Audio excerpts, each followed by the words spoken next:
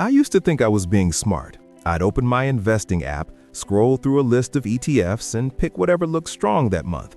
Some had catchy names. Others were up 12% in the past 6 weeks.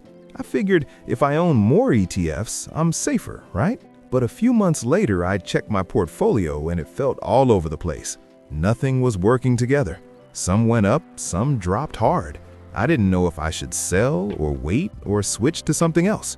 It was like trying to bake a cake by throwing in more random ingredients, hoping it turns out sweet. Disclaimer: this video is for educational purposes only and not financial advice. Investing involves risk, including loss of principal. Past performance does not guarantee future results. Here's the problem. Most of us confuse more with better. But real investing isn't about having the most ETFs. It's about having the right mix and sticking with it long enough for it to grow. What shocked me later was this. Financial advisors, the ones managing big portfolios, aren't juggling 20 different ETFs. Many of them quietly rely on just 3. Not flashy ones, not secret ones. Just 3 simple building blocks. And the twist, it's not the ETFs themselves that create wealth. It's the boring little habit behind them that almost nobody talks about. I'll show you what that is. But first, let me walk you through the 3 ETFs advisors actually use and why. I didn't know it at the time, but my brain was playing tricks on me. Every time the market dipped, I'd feel this tight knot in my chest, like something was wrong, like I had to fix it fast. So I'd sell, just to feel safe. Then, when prices went back up, I'd feel left out. I'd rush back in, hoping to catch the wave. But by then, I was always a step too late. I wasn't investing, I was reacting. And that reaction cost me more than I realized. I told myself I wanted calm, steady growth, a plan I could trust. But what I actually did was the opposite. I bought high, I sold low, over and over. Not because I didn't care, but because I cared too much. I watched the news, I checked my app every day. I let fear and comfort pull me in 2 different directions. And here's the truth. This isn't about being smart or not. This is just how our brains are wired. We hate losing money more than we enjoy gaining it. That's why even a small dip can feel like a huge threat. And in that moment, doing nothing feels wrong, even when it's the right move. But that's also why many financial advisors lean on the same quiet system, one that's built to work with our human habits, not against them. In a few minutes, I'll show you the simple 10-minute habit that makes these ETFs actually work for the long haul. But first, let's start with the first ETF they tend to trust the most, and why. I used to spend hours reading ETF articles, comparing charts, trying to guess which sector would win next. One week it was tech, next week it was energy. But every time I tried to guess what was coming, I'd end up chasing the past. Eventually, I found something advisors use as a steady foundation. It wasn't flashy, and that's exactly why it works. It's called the Vanguard Total Stock Market ETF, or VTI. VTI owns tiny pieces of thousands of companies across the US, big, medium, and small. When you buy it, you're not betting on just one sector or a handful of stocks. You're owning almost the entire US economy in one move. What made it click for me was the cost. The expense ratio, which is just the yearly fee, is only 0.03%. That means if you invest $10,000, you're only paying about $3 per year to own a piece of nearly every US company. That's less than what I used to spend on one iced coffee. I stopped trying to pick winners. I started building a base. The truth is, over the long term, the US stock market has grown. It doesn't move in a straight line, and some years are rough. But owning all of it, not just the hot parts, helps smooth out the ride. But here's where most people stop. They buy a US ETF and feel like they're safe. That's how I felt too. I thought, why go anywhere else? America's the strongest market. But comfort isn't the same as safety, and that feeling can actually trick us. Let me show you why. The more I learned, the more I realized I had what advisors call home bias. I was only investing in US stocks, not because it was a smart strategy, but because it felt familiar. I live here, I work here, I understand these companies. So of course I thought, why bother with international stocks?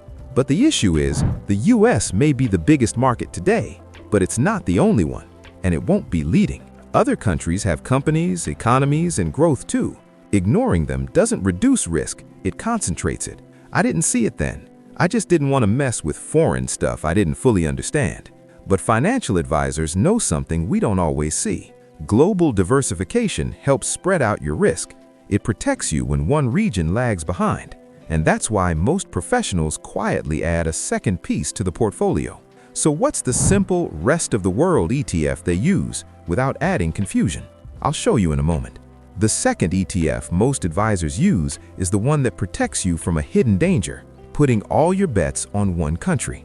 It's called the Vanguard Total International Stock ETF, or VXUS. VXUS gives you tiny slices of over 8,600 companies outside of the US. That includes places like Europe, Japan, Canada, Australia, even emerging markets like India and Brazil. Here's the key idea. International investing isn't about predicting which country will win. It's about not having to. When you spread across thousands of businesses around the world, you're not depending on just one economy to carry your future. Now, there's a myth out there. I believed it too. The myth says international stocks don't perform well. Why bother? And sure, sometimes the US leads, but other times international markets take the lead. The truth is, VXUS isn't about winning every year. It's insurance for the long haul. It lowers the chance that one country, even the US, drags down your whole plan. It's like this. You don't buy car insurance because you expect to crash. You buy it so one bad day doesn't ruin everything. Most younger investors skip this. I almost did. But once you've lived through one real market crash or watched your US-only portfolio sink, you start to see how international exposure brings balance. Now here's the part that almost nobody tells you. Even with US stocks and global stocks, your emotions can still wreck your portfolio. That's why advisors often add one more ETF, not to grow faster, but to help you stay in the game. This third piece doesn't get a lot of attention, but it's a quiet hero in a long-term plan.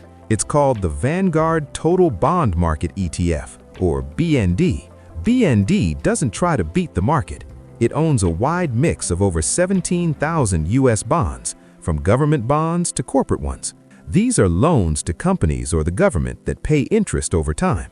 Now, bonds usually grow slower than stocks. That's the point. When stocks jump up and down, bonds tend to stay steadier, and that smooth ride helps you avoid panic decisions. It's not exciting, but it's comforting, and that comfort matters more than you think. Here's why. When the market drops 20% and you see red everywhere, your instinct is to do something. But if part of your portfolio, like BND, holds steady or dips less, it gives you the courage to wait, breathe, and stick to your plan. This isn't about being conservative, it's about being consistent.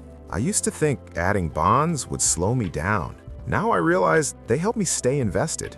And staying invested is what really grows wealth. So now that you know the three pieces, VTI, VXUS, and BND, the big question is, how do you actually mix them together without making it complicated?